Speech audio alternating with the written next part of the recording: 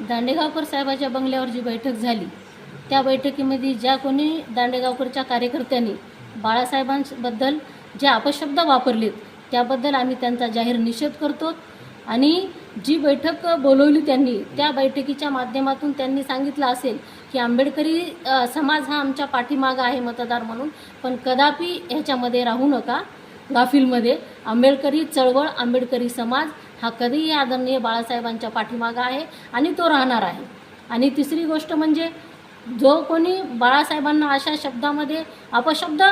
शब्दामध्ये बोलेल त्यांना इथून पुढे आंबेडकरी जनता, आंबेडकरी समाज आणि बाळासाहेबांचे कार्यकर्ते हे अशा गोष्टी खपवून घेतल्या जाणार नाही। ज्या कोणी आमच्या कार्यकर्त्यांनी बाळासाहेबांचे सच्चे सैनिक म्हणून त्यांनी लगेच त्या बैठकीमध्ये त्या कार्यकर्त्याला, दांडेगावकरच्या कार्यकर्त्याला मारझोड करून त्यांना मोकळं केलं, अशा कार्यकर्त्यांची आज आपण आणि सर्वानुमते इथून पुढं काय निर्णय घ्यायचा आणि आपल्या विधानसभा मतदारसंघामध्ये आंबेडकरी समाज हा आदरणीय बाळासाहेबांच्या पाठीमागं आहे आणि राहणार, या संदर्भात आम्ही चिंतन बैठकीचं आज तातडीनं नियोजन केलं आहे आणि ह्या नियोजन बैठकीमध्ये सर्वजण उपस्थित राहिले आहेत। त्या अगोदर तर कधी लक्षात आलं नाही आणि ह्या अगोदर कधीच दांडेगावकर साहेबांनी दलित म्हणजे विशेष दलित समाजाची चळवळ म्हणजे बैठकीचं नियोजन केलं नाही आणि यामध्ये आता नियोजन केलं ते लोकांना, आंबेडकरी चळवळीतल्या लोकांना वेगळं काही सांगून बैठकीचं नियोजन केलं। कुणाला सांगितलं की बाबा कशाची बैठक आहे, गायनाच्या माध्यमातून ह्या म्हणजे मानधन देण्यासाठी म्हणून बैठकीचं आयोजन केलं आणि त्या माध्यमातून बौद्ध कार्यकर्ते तिथं गेले आणि तिथं बैठकीचं नियोजन हे अशा पद्धतीचं झालं होतं। हा सर्कलमध्ये बाबा मला माहीत नव्हतं, आता म्हणजे कलाकाराची बैठक आहे म्हणून मी या हेतून गेलो, मला बाकी काहीच माहीत नाही। मग ते प्रकार घडला की बाळासाहेबाला अपशब्द बोलले, एकदा सोडून दोनदा बोलले ते व्यक्ती तिकडं पानपटी, त्याच्यात मग सगळी पब्लिकच खळबळली। त्यात जास्त जोर मग काही नाही करणार, आम्ही करा मात्र आम्ही जास्त लातापुट्या करता त्याला आपलं बाहेर काढा, त्याला मारतोच म्हणलं, त्यानं मनात लपिलं। 11 तारखेला जयप्रकाश दांडेगावकर यांच्या मळ्यामध्ये झालेल्या मिटिंगच्या संदर्भामध्ये बौद्ध समाज आमच्या पाठीशी आहे असा जो अपप्रचार त्यांच्या दलालो टाईपच्या कार्यकर्त्यांनी पसरवण्याचा केविलवाणी प्रयत्न केला, तो केविलवाणी प्रयत्न हा फसवेगिरीचा आहे। हा समाजापर्यंत मेसेज गेला पाहिजे, हा एक उद्देश।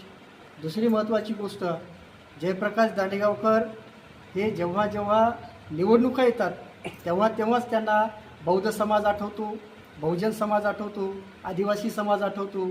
मला वाटतं गेल्या 20 वर्षामध्ये दांडेगावकर यांनी कधीच कुठली मीटिंग बौद्ध समाजाची बोलवली नव्हती, पण यावर्षी त्यांना दिसायला लागलं की आपल्याला अपयशाला सामोरं जावं लागणार आहे। कारण ज्या नेत्याची नीतिमत्ता नीट नसते, ठीक नसते, अशा अनैतिकतेच्या नेतृत्वाला पराभव स्वीकारावा लागतो। गेल्या मागच्या याच्यामध्ये सगळ्या वसमत वारशियांनी पाहिलं, बाबासाहेब आंबेडकरांच्या पुतळ्यामध्ये राजकारण शिरवणारा, त्याचबरोबर प्रत्येक क्षेत्रामध्ये भ्रष्टाचार, शैक्षणिक क्षेत्रामध्ये ज्यांना जर बौद्ध समाजाचा एवढा पुळका आहे तर त्यांच्या बहिर्जी स्मारक कॉलेज असतील, त्याच्यानंतर बहिर्जी शिक्षण संस्था असेल, त्या ठिकाणी किती बौद्ध समाजाचे कर्मचारी अधिकारी आहेत, त्यांनी त्यांचा समाजाला आणि वसमतकरांना हिशोब द्यावा। केवळ या ठिकाणी बौद्ध समाज आणि इतर समाजाचा मला पुळका आहे ही जी त्यांची भावना आहे, ही मला वाटतं ही भावना समाजानं आणि बहुजन समाजानं ओळखलेली आहे। त्यांची जी दांडूगिरी आहे, कारण दांडूकशाही ही जास्त दिवस चालत नाही आणि म्हणून मला या ठिकाणी स्पष्ट म्हणायचं आहे की दांडूची दांडूगिरी आता कोणीही नाही समजून घेणार पांडुगिरी, कारण अगोदर दांडूगिरी करायची आणि नंतर मी पांडुरंगाचा भक्त आहे म्हणायची, ही जी दांडेगावकरांची नीती आहे ती नीती काही भ्रष्टाचार झाली, त्या भ्रष्टाचाराची चौकशी झाली पाहिजे। पूर्णा सहकारी साखर कारखाना असताना 1200 विकत घेतला, 1200 व्यवसायामध्ये काढला, सभासदाची फसवणूक, या ठिकाणी अशा पद्धतीची फसवेगिरी करणारं एक सगळ्या समाजाने नाकारलेलं नेतृत्व पुन्हा एकदा उभं राहू पाहत आहे।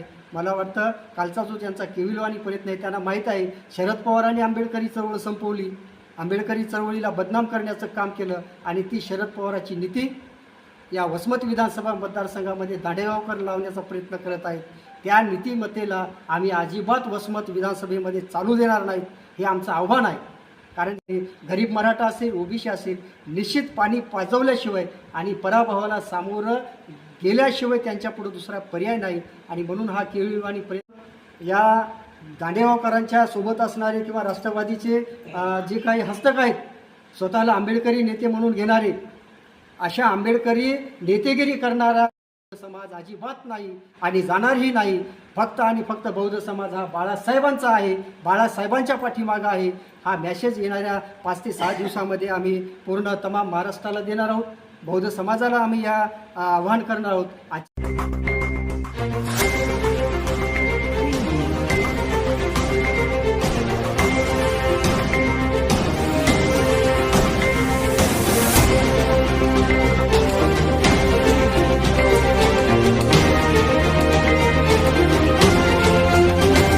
ATV न्यूज बातमी जनकल्याणाची.